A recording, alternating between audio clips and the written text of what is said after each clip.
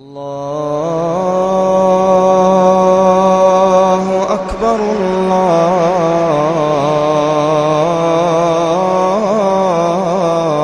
الله أكبر الله أكبر الله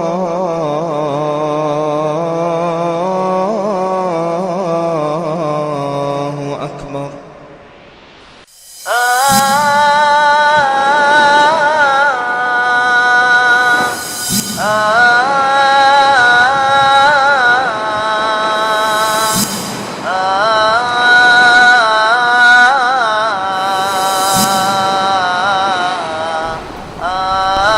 بسم الله الرحمن الرحيم الحمد لله رب العالمين وأفضل الصلاة وأتم التسليم على نبينا محمد وعلى آله وصحبه أجمعين فلندرم اللهم جل جلاله salavatet selamet përshëndetjet tona nga thellësia e zemrës ja dërgojmë Muhammedit sallallahu alaihi wasallam, familjes së tij, shokëve të tij dhe gjithë ata besimtarë të sinqertë të cilët e ndjekin rrugën e tij deri në ditën e fundit. Dhe zër besimtar, sonte me lena Allahu xhela xhelaluhu do të flasim rreth pastrimit për namaz, pasi që kemi folur për pastërtinë, se muslimani duhet të jetë i pastër, ujrat të cilët duhet t'i përdor muslimani për të pastruar, e ka ardhur radha që të flasim rreth pastrimit apo pastërtisë për namaz. Argumentet për pastërtinë si kushti namazit është hadithi pejgamberit sallallahu alaihi wasallam, ku pejgamberi sallallahu alaihi wasallam thot: nuk pranohet namazi pa abdest. Pastërtia, vëllezër, është dy lloje: të pastrohesh me ujë, të pastrohesh me dhe. Do me thënë, lloji i parë i pastërtisë është që të pastrohesh me ujë. Mirë po, ndodh që njeriu mos të ketë ujë. Atëherë, Allahu xhela xhelaluhu ka kërku prej nesh që të pastrohemi me dhe, se dhe dheu është pastrim simbolik, të cilën me lejnë Allahu xhela xhelaluhu do të tregojmë në ligjëratat e ardhshme. Po ashtu, në pastrimin me ujë hyn edhe gusli apo larja e tërë trupit. Pastrimi me ujë, vëllezër besimtar, hyn abdesti. Njeriu para se me hyn në namaz duhet me marr abdest, në mënyrë që ka marrë pejgamberi sallallahu alaihi wasallam. Na transmeton Uthmani radiallahu anhu se një njeri, njëherë Uthmani radiallahu anhu kërkoi ujë që të merr abdest dhe t'ja tregoj sahabeve, shokëve të Muhamedit sallallahu alaihi wasallam mënyrën e abdesit. Dhe Uthmani radiallahu anhu filloi që të marr abdest.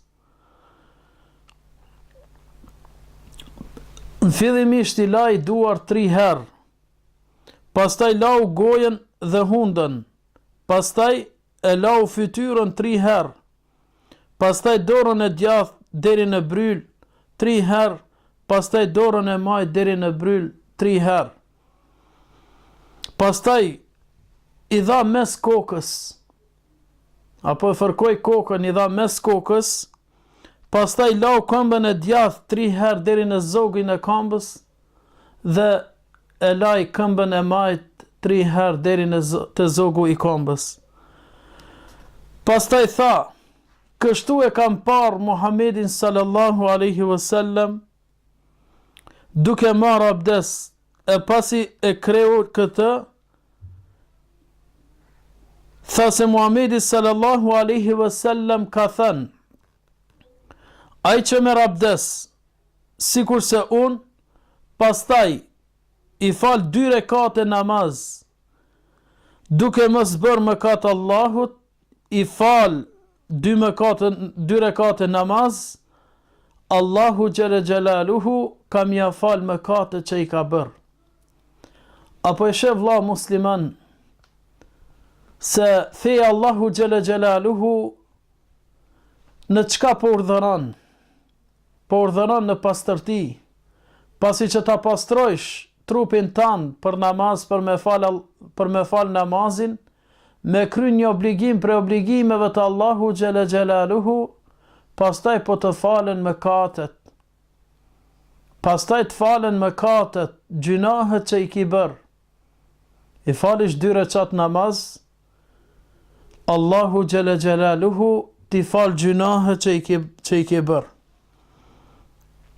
Ibn Shihabi ka thënë, djetarët tanë kanë thënë, ky është abdesi më i plot.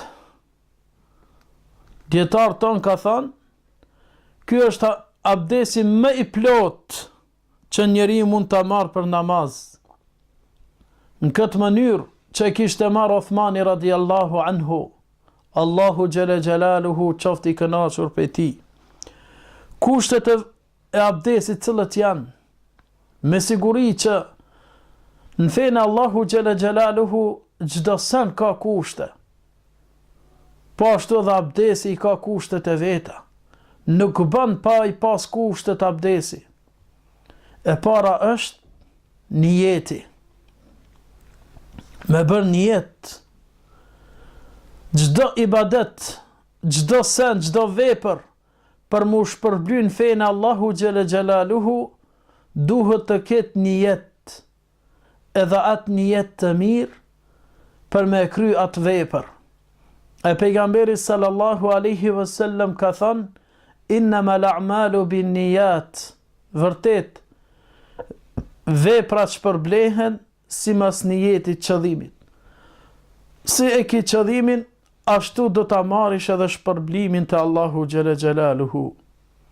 Mirë po vëllezër, niyeti nuk bëhet me gojë, me thënë unë vendosa në emër të Allahu xhalla xjalaluhu me marr abdes, me e fal namazin e drekës. Do me thonë tim që se bën këtë dhoj niyeti, që ky nijet ty po të vlej ka veç për namaz të drekës. Për namaz të ikindis duhesh prap me shku me marr abdes dhe me bën njëjtin nijet. Mirë po pejgamberi sallallahu alaihi wasallam nuk tregohet se e kishte bërë nijetin me gojë. Nuk tregohet se Rasulullah sallallahu alaihi wasallam ka bën një gjë të tillë. Nijet me gojë. Nijeti është në zemër.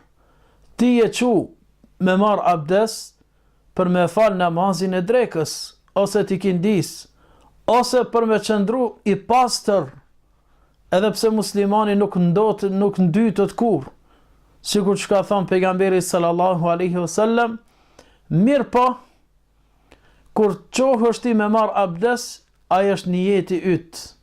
Andaj, nuk ka nevoj që ta bëjmë do me thënë një punë që nuk e ka bo pejgamberi sallallahu alaihi wasallam. Pasi që Rasulullah sallallahu alaihi wasallam nuk e ka bërë këtë, atëherë edhe ne mos ta bëjmë këtë, sepse kemi me dhënë përgjegjësi para Allahu xhalla xjalaluhu për çdo punë që e bëjmë.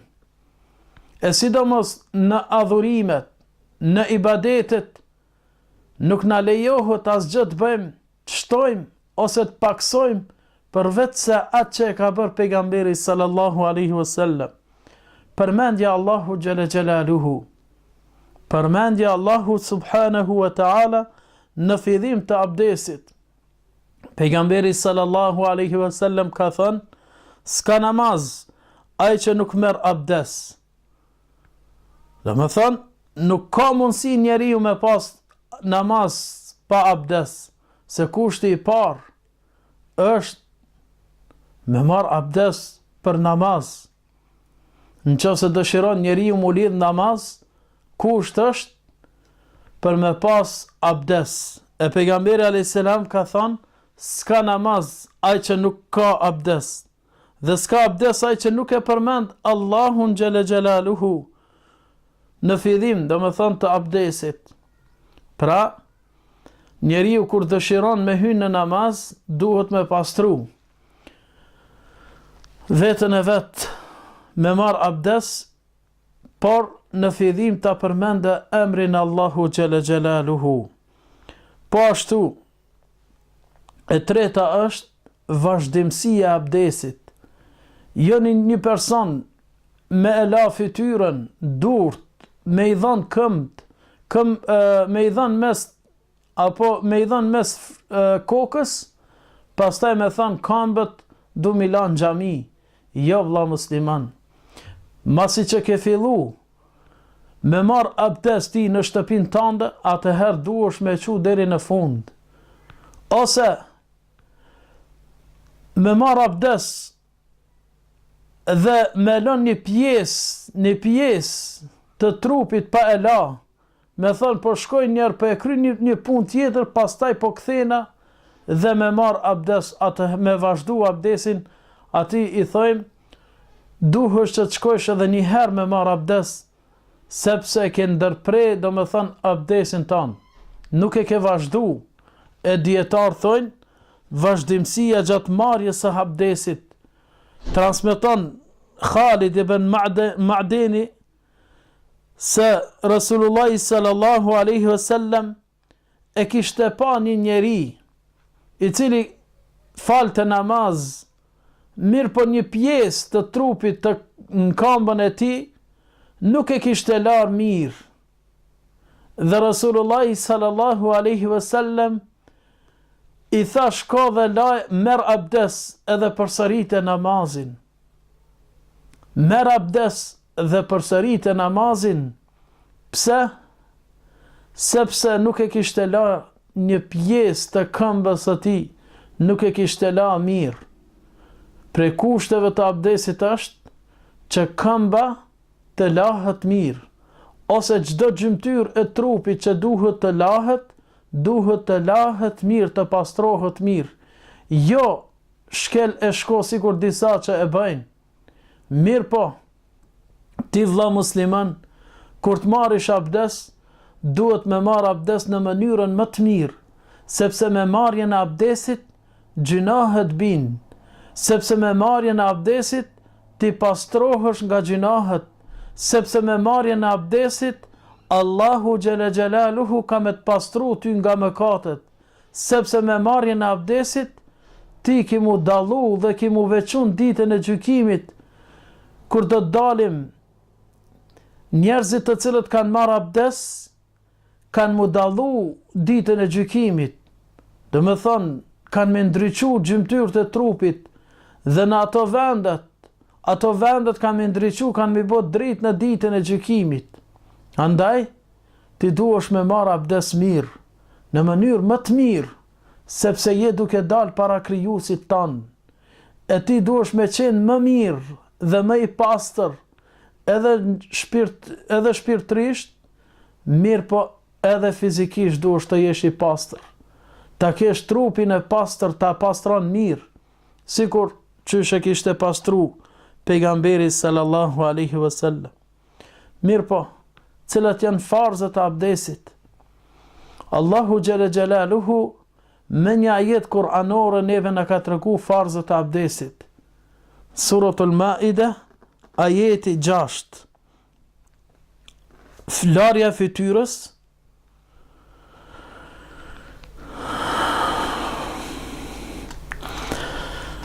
larja duarve deri te brylat, dhënja e mes mbi kokës, edhe larja e këmbëve deri tek nyjet e këmbëve, apo deri te zogu i këmbëve.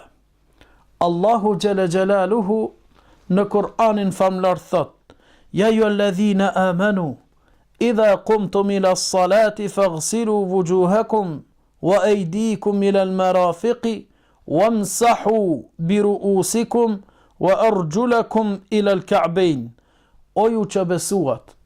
Pra, spari duhet ta dim se abdesi vëllezër besimtar është për ata njerëz të cilët i kanë besuar Allahu xhela xhelaluhu. Për ata njerëz të cilët i besojnë Allahu xhela xhelaluhu, për atë arsye Allahu ju ka drejtuar besimtarve, o ju që besuat. Kur doni të ngriheni për të falur namazin, lani fytyrat tuaja dhe duart tuaja deri në bryla, fërkoni kokat tuaja e këmbët lani deri në 2 zogët. Do me thënë, deri tek zogu i këmbës duhet mu la. Këto janë farze që Allahu xhela xhelaluhu ka kërkuar prej nesh. Andaj, nuk është abdesi i plot, nëse nuk plotësohen këto kushte, do me thonë, që i ka përmend Allahu xhela xhelaluhu në Kur'anin famlart.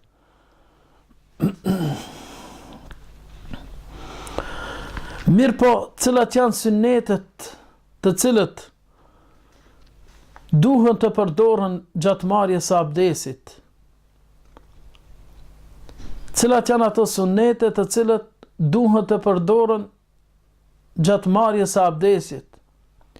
Dietarët i kanë përmend ato dhe duke u bazu në hadithe të pejgamberit sallallahu alaihi wasallam, dhe muslimani e ka për obligim që ta respekton të dërguarin sallallahu alaihi wasallam dhe ta merr atë që na ka dhënë i dërguari jon sallallahu alaihi wasallam.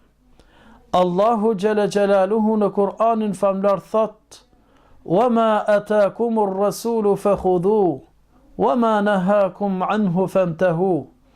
Atë që ju jep i dërguari i Allahut merreni, dhe atë që ju ndalon largohuni. Pra, pejgamberi sallallahu alaihi wasallam, nëse kthehemi në hadithin e Uthmanit radiallahu anhu, do ta shohim se si kishte marr abdes pejgamberi sallallahu alaihi wasallam. Dietarë të cilët e kanë përdor dhe kanë përmend në për librat e tyre, kanë thënë përdorimi misvakut është sunneti i parë, dhe janë bazu në hadithin e pejgamberit sallallahu alaihi wasallam, ku Muhamedi sallallahu alaihi wasallam thot: sikur mos t'i vinë të rënd umetit tim, do t'i urdhëroja të përdorin misvakun për çdo abdes. Pra, Rasulullahi sallallahu alaihi wasallam ka qenë i mëshirshëm ndaj umetit ti, dhe shumë herë hasin në hadithet ku pejgamberi sallallahu alaihi wasallam nuk ka dash me rëndu umetin e ti, nuk ka dash me e mundu umetin e ti, mi a bër obligim që para se me marr abdes me i la dhëmbët e ti me misvak, me brush. Pra, ka qenë i mëshirshëm Muhamedi sallallahu alaihi wasallam ndaj umetit dhe nuk ja bëri obligim, se vallahi, po ta kishte bërë edhe këtë obligim, çka kishim me bë? I shkon telashe që për çdo abdes ne me i fërku njerë dhëmbët me misfak, pastaj me marr abdes. Mirë po kjo ka mbet si sunnet që nuk duhet të lihet.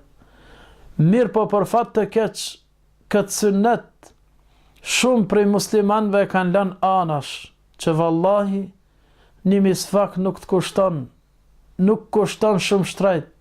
Andaj vlla musliman, mbaje misfakun me veti, dhe kur të bjen në mend, përdore misfakun, sa ajo është më mirë për Allahun xhela xhelaluhu, që e kënaq Allahun dhe ta jep një erë gojës që i jep.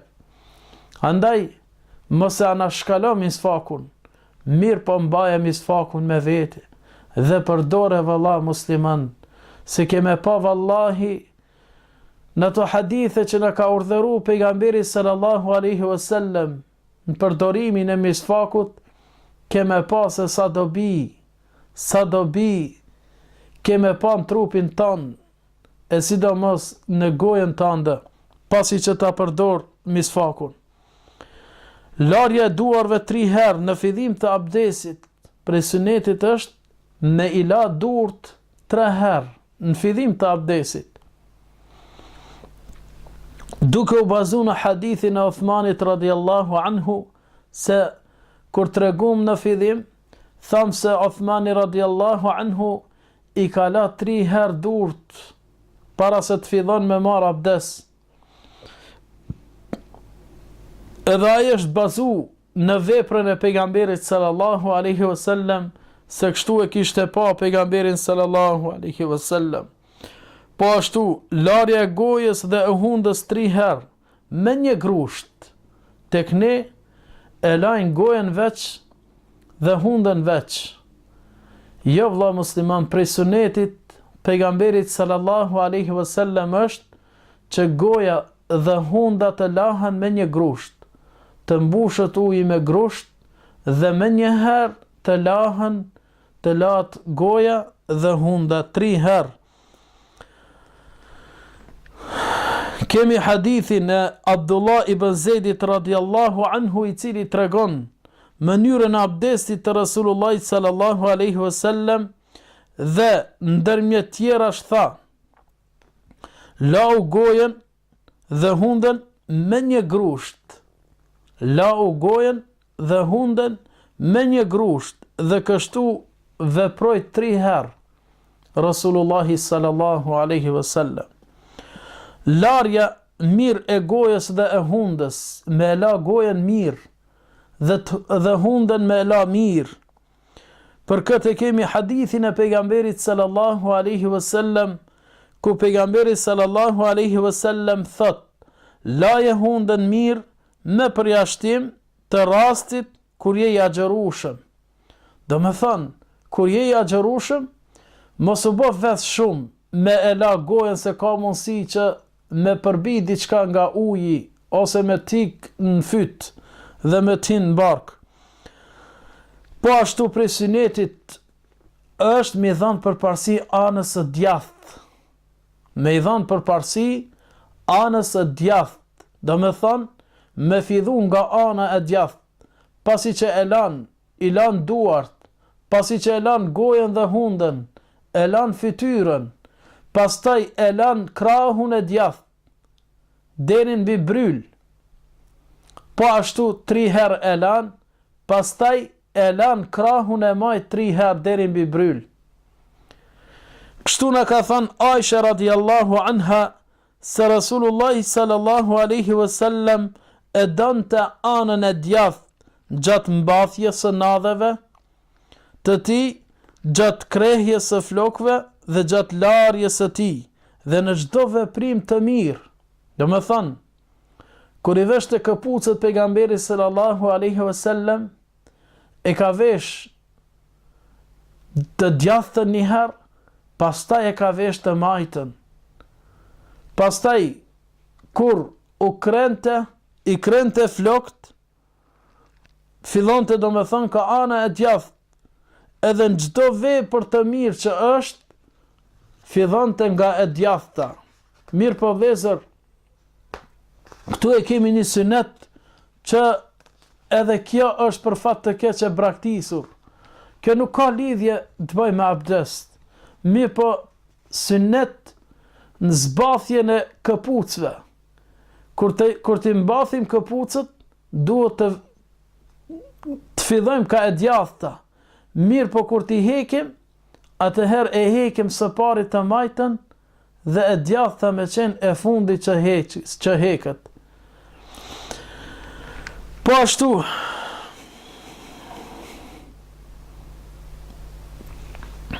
prej sunetit vëllezër besimtar është fërkimi pjesëve të trupit gjatë marrjes së abdesit.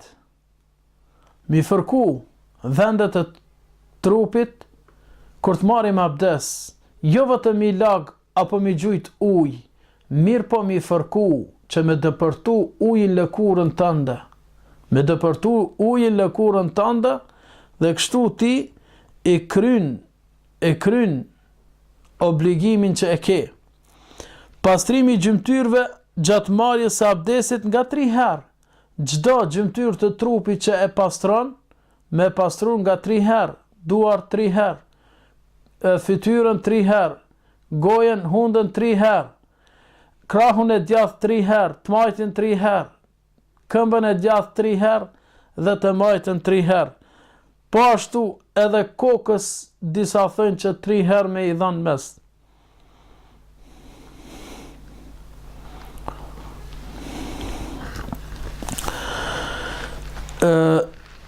Po ashtu e kemi duan në përfundim të abdesit prej sunetit, është thënja e duas, lutjes që kishte bërë pejgamberi sallallahu alaihi wasallam, që për fat të ketë shumë prej njerëzve pritojnë me e thonë, vallahi edhe pse fal namaz, edhe pse agjeron, edhe pse jep zeqat, edhe pse bën vepra të mira, mirë po ndonjëherë gjunahet, mëkatet nuk lojnë me përmend Allahun xhela xhelaluhu.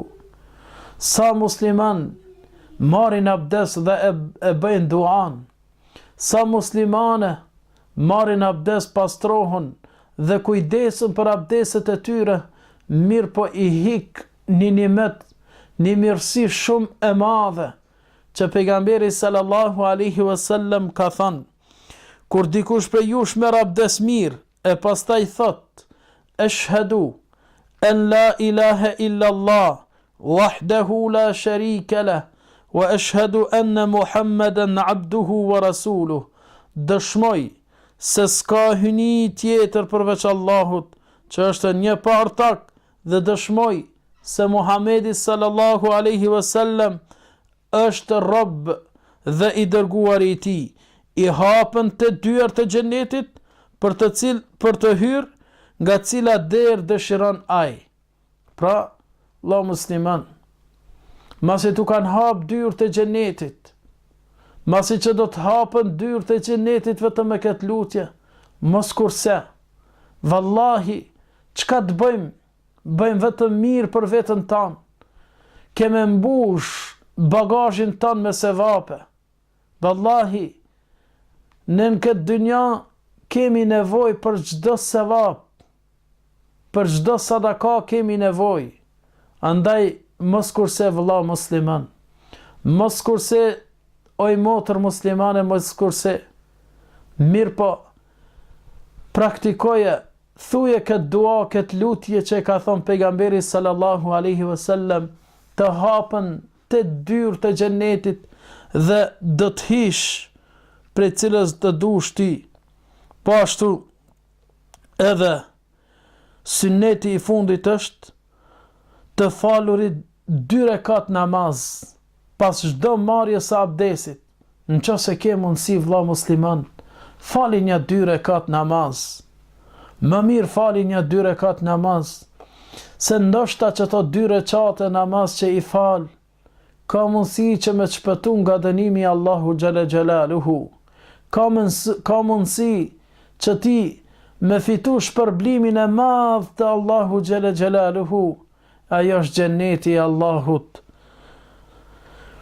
Pejgamberi sallallahu alaihi wasallam duke marr abdes, pejgamberi sallallahu alaihi wasallam i kishte thënë Bilal al-Habashiyut radiyallahu anhu, o Bilal, çfarë pune ke bëti në Islam, që ti kam dëgju gjurmët e nadhëve në xhennet? Tha vallahi ja Rasulallah, pun